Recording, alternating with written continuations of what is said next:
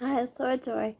So, recently I went to my dad's house, and my sister actually has been working more on weeding the garden and taking care of it, I guess. And when I went there, the sage was blooming. It's May, like the end of May, around the end of May right now. So the sage has big purple flowers, and it was blooming. Usually I will, okay, so one year I cut back the sage and then it grew back because that's the same sage plant that I cut down and it's growing this year. But it can also come back through the same stem that had died the previous cold season. So yeah. But I think cutting it back helps the roots get deeper, or at least that's what I've heard. Let's see, my magnolia tree, that the flowers were gone and there was mostly leaves now. So there was one flower bud. It hadn't bloomed, and it was like on an outer branch and a kind of a smaller branch. It wasn't like one of the stronger branches, but yeah, it was hiding behind a leaf. And then our apple tree is pretty big, or they're growing really well. The plum trees are still like not, they just don't have any fruit. I don't understand. I think they need something, but the plum trees are not doing well. And this type of like bug is getting on them. Like last year, this type of bug that just, a swarm of bugs that just went on them and started eating the leaves. Jackson, why? No, out of my face. Thank you.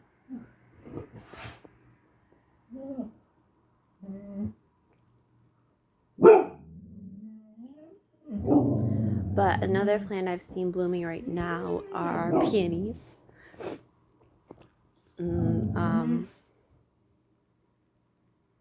That's at his dad and stepmom's house, and she's taking care of the peonies because I was talking to her, and they're the big pink peonies. I wanted to get a picture of them so bad, but I didn't really want to at the time. But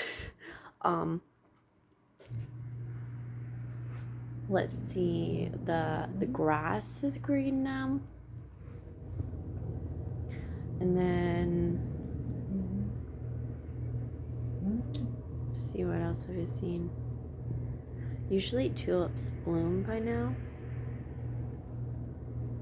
Oh, the irises.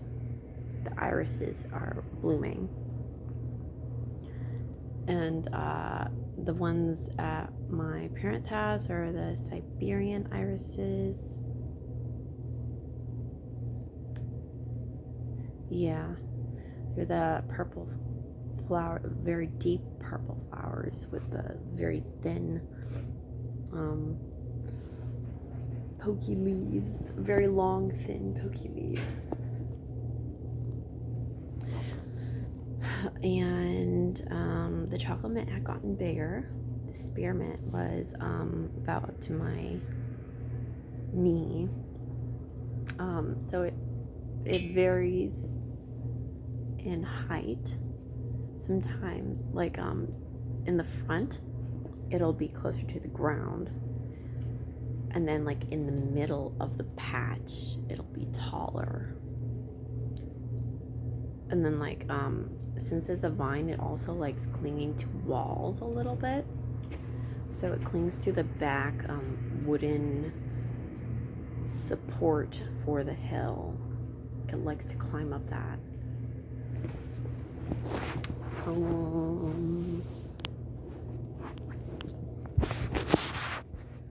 So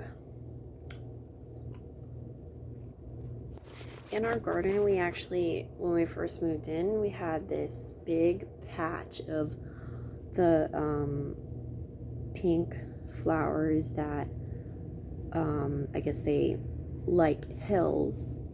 They have an inkling to climb up the hill, and they just keep multiplying in flowers, and it spreads out in a big patch on the hill. But those actually, we planted the echinacea on top of that, and the echinacea kind of overcrowded those. I did try to keep the echinacea back, and it still like didn't come back. Like it started going before the echinacea crowded it. But yeah.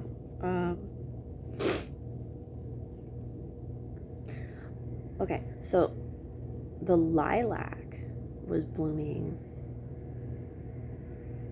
the beginning of May. It had been blooming the beginning of May and was dispersing pollen. Because, yeah, what I was talking about, literally like smelling the big bubble of pollen.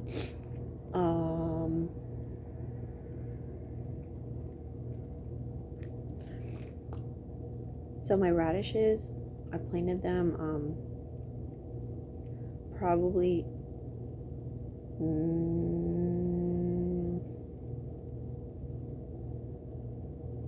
she had not been born yet. She's born in March, so it was probably end of February, around the last weeks of February. And I had the window open to let them have the air outside, because plants don't grow, I found out, if they don't have air from outside. They just don't grow very well. It doesn't really matter where I am. It's if they're contained and they don't have any fresh air, they don't grow.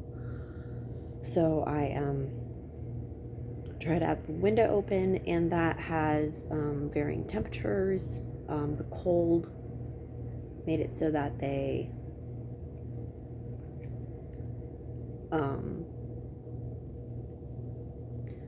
were kept cold, and the leaf didn't wilt, I think, because the leaves were not doing very well. But if I watered it so usually what I'll do is this: I'll water it, it'll be hydrated, it'll have water all over it, and then once the soil or the moisture leaves the soil, then I will wait either half a day or a whole day and then water it the next day, just so that it has some time to be dry. But then I have to make sure I water radishes, because they need lots of water apparently to stay alive. Now it seems they're doing better after they're taller plants, but the bottom growth is stunted because they're in a small container, so they can't reach what's down. I don't know if they're like potatoes, they're a bulb, but I think they have a taproot. Taproots have to go deep. But potatoes, they don't necessarily have a deep root that goes down. We've literally grown them between two beds of just dry, dead grass. And they grew potatoes. Like, we're pretty healthy. So, I don't know.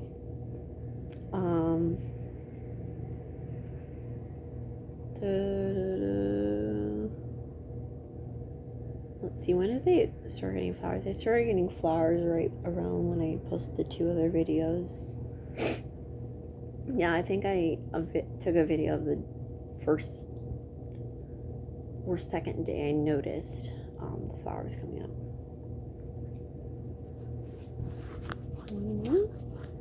And my mom got me this aloe plant alive. I'm not very good at keeping aloe plants alive. That rose is dead because it has no space for the roots. And that I need to make sure I don't it, because if I overwater aloe, it does die. Pretty sure it's a desert plant. But it's doing really well wherever I see it, because I saw it at Walgreens. They're selling it at Walgreens. My mom managed to get this aloe. It's like, I don't even know how. It's just very tall. It's not the aloe that spreads out like that. It's growing up like in a line, and then it has branches coming out. Like, what's another plant? It looks like kind of like raspberries, I guess. How raspberries grow.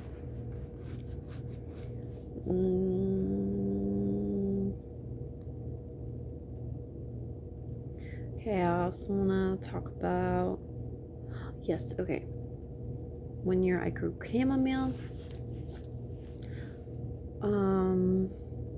I didn't have it sitting in the soil over the winter.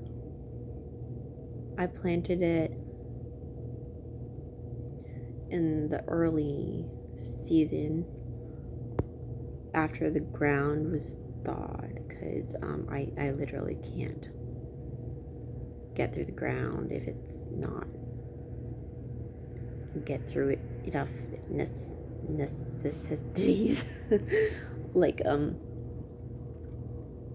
to get through the ground that is hard because it's frozen. I would have to pour some sort of water over top of it. It's not gonna freeze. Like, pouring hot water on things does melt them temporarily.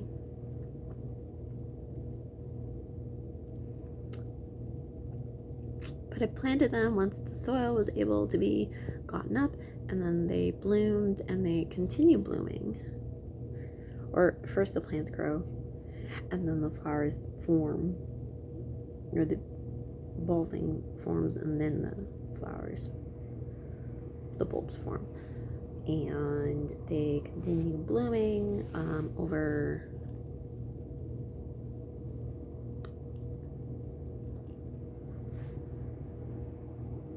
I think they may have stopped kind of to mid-July, either around July or something, but once it got really hot,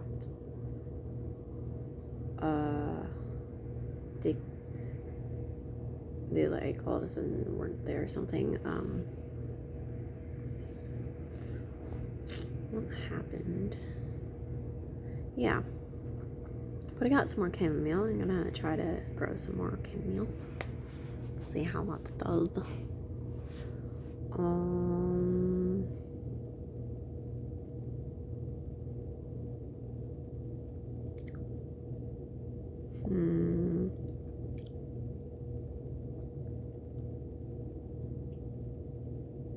Yeah, there was this tree that was by the old apartments that had red small berries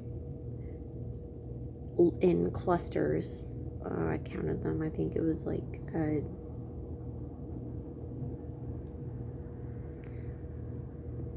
at least 3 in a cluster. It could have been 4. Could have been more than that. But they're bright red berries, and they had like kind of dark green leaves, not light green, it was darker green. But I don't know if those are edible, so we just didn't really do anything with them. But they, yeah, I'm still trying to find out what that is. I've not seen a tree like that before, but there is a ton of them. But yeah,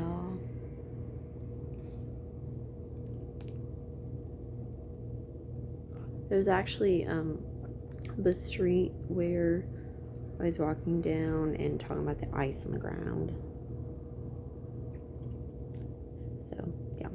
Anyway, what else have I seen?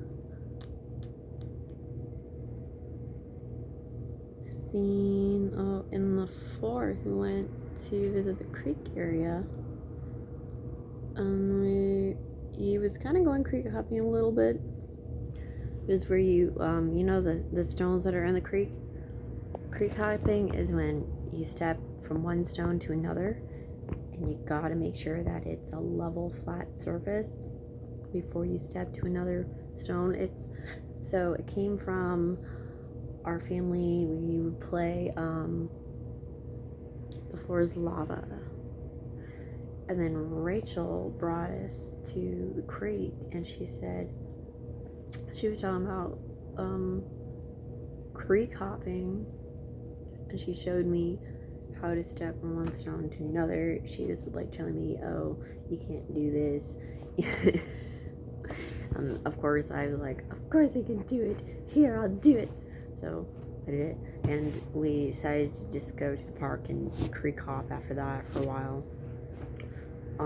But we would like go underneath the bridges, and that's another level of learning, because you have to keep your head down, and then stuff drips from the ceiling, and that's gross. And then you have to still step from like the dry stone to the other dry stone. But sometimes there was no dry stone to step to, so I had to just step in the water. And you gotta be careful, because there are sharp things and stuff in the water, but most of the time we're pretty fine. Sometimes I took my shoes off, but other times like we tried to keep our shoes on, because I did get cut a couple times, and I don't like that. But I don't really think I got sick from that at all, from getting cut. At the time, I healed pretty well after that.